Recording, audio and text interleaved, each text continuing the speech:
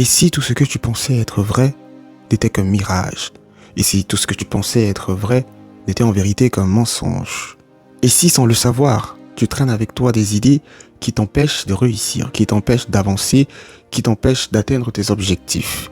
Dans cette vidéo, je vais te parler de quelque chose qui peut changer ta façon de voir ta vie, qui peut changer ta manière de te regarder toi-même.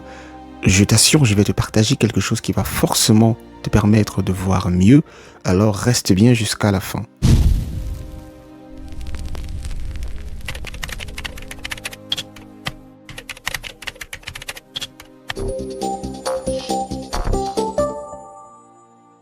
Bienvenue sur la chaîne Yvan Inspire.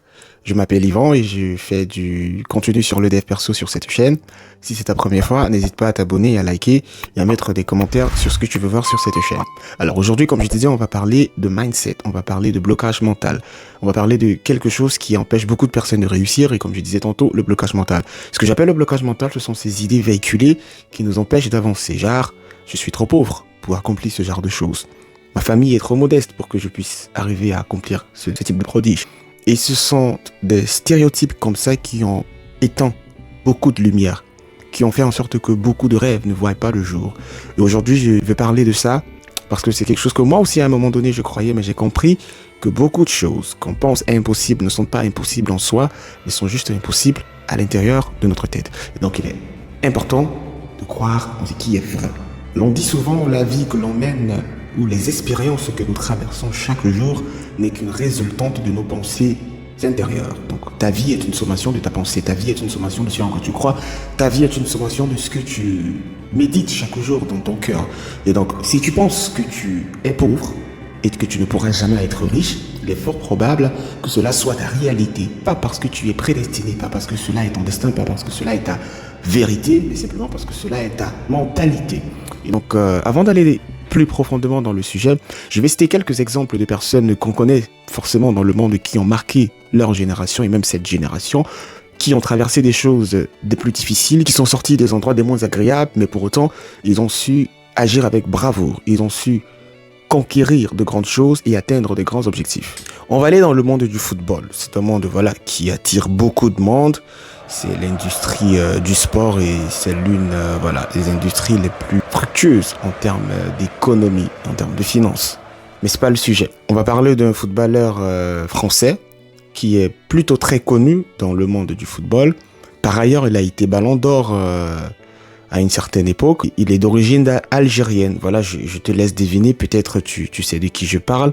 Mais ce footballeur, il n'avait rien. Il n'avait rien pour être Ballon d'Or.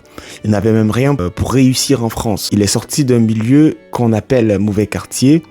Il n'avait pas l'étoffe du footballeur qu'il a aujourd'hui. Il a été confronté aux clichés de jeunes de banlieue, indisciplinés, trop arrogants. Et il a été mis à l'écart de l'équipe de France pendant beaucoup d'années. Mais il a travaillé, il a cru en lui. Il a continué malgré les difficultés. Je ne parle de personne d'autre que Karim Benzema. Je pense que tu l'avais deviné. Ou pas. En fait, ce que j'essaye de dire ici, c'est que le travail, la rigueur est ce qui t'amène à réussir. Le travail, la vigueur est ce qui t'amène à franchir le cap. Le travail, la rigueur, la foi en soi. Il faut croire en toi. Personne ne va croire en toi à ta place. Ça peut être dur, mais c'est la simple vérité. Personne ne va croire en toi à ta place. Même pas ton frère, même pas ta sœur, même pas tes parents, ils peuvent le faire, c'est bien, ils doivent le faire, oui. Mais la première personne qui doit croire en toi, c'est toi-même. Si tu ne crois pas en toi, personne ne le fera à ta place, tu ne donneras même pas envie à quelqu'un de croire en toi.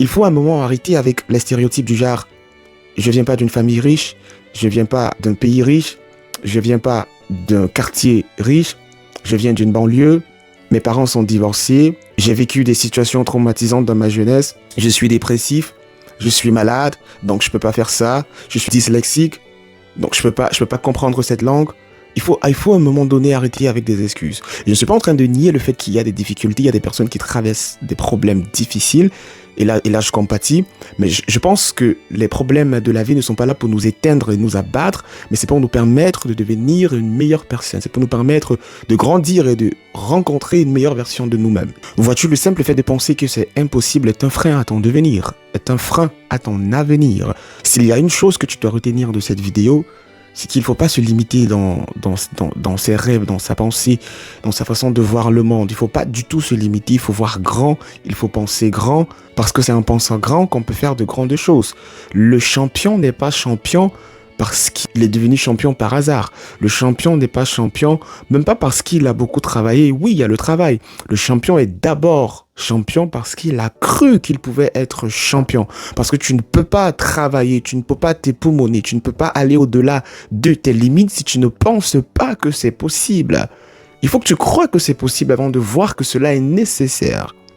Donc, s'il y a une chose que tu dois retenir, c'est que c'est possible, c'est faisable. Rien n'est impossible à celui qui croit. Rien n'est impossible à celui qui a la foi. Il faut croire en toi, croire en tes rêves, croire en ton ambition. Si tu as ce rêve, ça ne vient pas de nulle part. Il faut croire que c'est possible.